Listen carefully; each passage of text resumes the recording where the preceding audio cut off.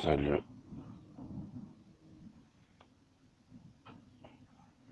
Là, c'est intense.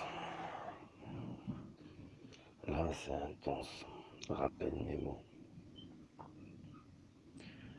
Lorsque c'est intense, il faut faire attention. Il faut faire attention. Mais elle est belle la vie. Hein. Elle est belle la vie. Ah, voilà, une rechute. Momentanée, mais une rechute. Tu vois, tu peux pas te faire confiance finalement.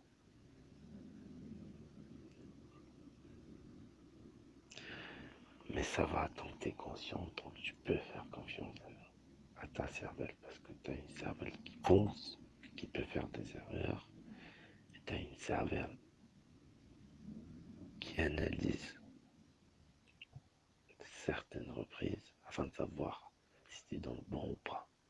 Si tu es dans le bon, tu te laisse aller. Si tu es pas dans le bon, ben, faut réviser quoi. Tu révises, tu fais un nouveau choix.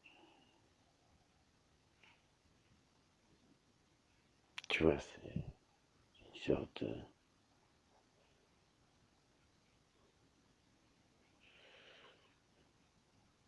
une sorte de lettre de confiance, une lettre de sécurité. Plan B, c'est tout. Et ça peut être utile, croyez-moi, ça peut être utile. Des fois, tu es dans la merde. T'arrives pas à te saisir. Là, faut faire attention, quoi. C'est ce que j'essaye de faire. Mais c'est délicieux, sinon, hein, il faut pas mentir. C'est délicieux, c'est un sentiment de... Tu vois, mini plus un que tu arrives à te donner une fois l'année, ça fait du plaisir. Le moment où tu te plais, ça fait du plaisir. Tu commences à t'aimer, alors là, t'es dans le bon, quoi. Mais il faut du temps pour tomber amoureux de soi-même. Il faut que soi-même soit déjà une bonne machine pour pouvoir en tomber dedans, tu vois. Et sur ce, tu vois, il faut pas trop compliquer la chose. On avance quand même avec une tête solide et des pas solides. C'est-à-dire qu'on avance et tant qu'on avance, on est bon. C'est ça l'important, il faut pas juste monter. Non, non, il faut savoir à quelle cadence. Tu montes trop vite, tu te casses la gueule, c'est clair. Tu montes solide, tu es bon. T'as ce qu'il te faut, tu es bon. Tu vois, faut pas trop demander à la vie. Elle est belle, mais faut pas la forcer, tu vois.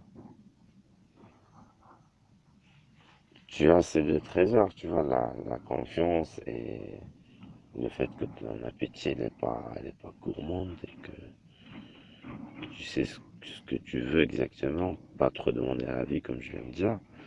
Croyez-moi, il est facile de vivre heureux. Il est facile. Pas question de moyens. C'est même pas question de moyens, voyez-vous. Et c'est là le point que n'arrive pas trop souvent à saisir dans la vie. On se laisse aller, on se laisse faire. Ça, c'est pas bon. Mais voilà, c'est la vie finalement. Il n'y a pas de si là. C'est une aventure qui a des hauts et des bas et c'est une aventure qui peut bousculer, tu vois. Alors, il n'y a pas tout le monde, quoi. Ce que je veux dire, il y a pas tout le monde qui arrive à en saisir au moins les manettes. Sinon, tu as des gens qui se bousculent toute leur vie ou bien tu as des gens qui se satisfaisent de rien et qui vivent leur vie malheureux. Mais bon, ils le font quand même, tu vois. Mais pour vouloir vivre heureux, déjà, il faut avoir les couilles. Il faut avoir le courage de demander à la vie à un certain niveau, parce que c'est pas donné à tout le monde, tu vois. Et c'est ce que j'arrive à vouloir dans une vie. Tu vois, on a une vie, elle est belle, c'est Dieu qui nous la donne. Et finalement, c'est qui va faire le mieux, tu vois. Qui va faire le mieux. Fais le bon, tu vois, déjà. Et qui va faire le mieux. Et ça montre compétitif. depuis toujours jusqu'à la fin de ses jours, ça serait un monde compétitif. Si c'était pas le cas, sinon on aurait la paix, tu vois, mais c'est pas le cas. Voilà, on est un monde qui aime la compétition, qui aime qui est le plus fort, qui a le plus de missiles, qui a le plus d'armées, qui a le plus d'argent, etc., etc. Et c'est ce qui fait la roue tourner, c'est ce qui fait la Terre tourner, c'est les êtres humains et comment ils, comment ils fonctionnent après tout, c'est leur milieu. Mais sinon, l'homme en lui-même, c'est quand même une création de Dieu et que une création qui est assez sophistiquée. On n'arrive toujours pas à saisir le 1 millième de ce que la cervelle fait et fait pas. On n'arrive pas à comprendre à comment définir une âme ou bien un cerveau à l'état mort ou bien à l'état vivant. Il n'y a pas de différence, c'est la même masse, etc., etc. Mais on n'arrive pas à distinguer le facteur qui fait que l'homme est l'homme comme il est et la femme elle est comme elle est, l'être humain il est comme il est. Ce qui fait que c'est disons un peu philosophique, mais c'est pas des cacahuètes, hein. C'est des sujets, c'est des sujets, c'est des questions assez existentielles. Et l'être humain, c'est la merveille de Dieu, c'est l'une des merveilles de Dieu. Quand il fonctionne, que ce soit sur le plan physique, ou bien sur le plan émotionnel, ou bien sur le plan professionnel.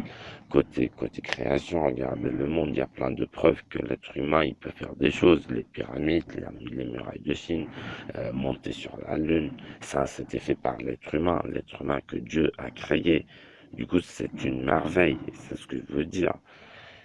C'est individuel et c'est sur le plan général aussi comme civilisation, comme la sociologie. Regardez comment on a évolué depuis 4000 et 6000 et 4000 et 2000 ans et dans les dernières 100 ans.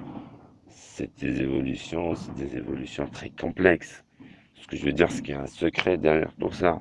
C'est le plus fort que nous, c'est le plus grand que nous. C'est la création. Et ça, on n'arrivera jamais à saisir. Sinon, moi, j'aime bien ça. C'est des sujets qui me passionnent.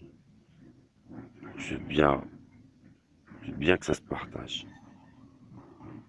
Ça ferait un bon club, ce que je vais dire. Sinon, c'est intense, comme je vous l'ai dit au départ. Excusez-moi. Passez une bonne journée.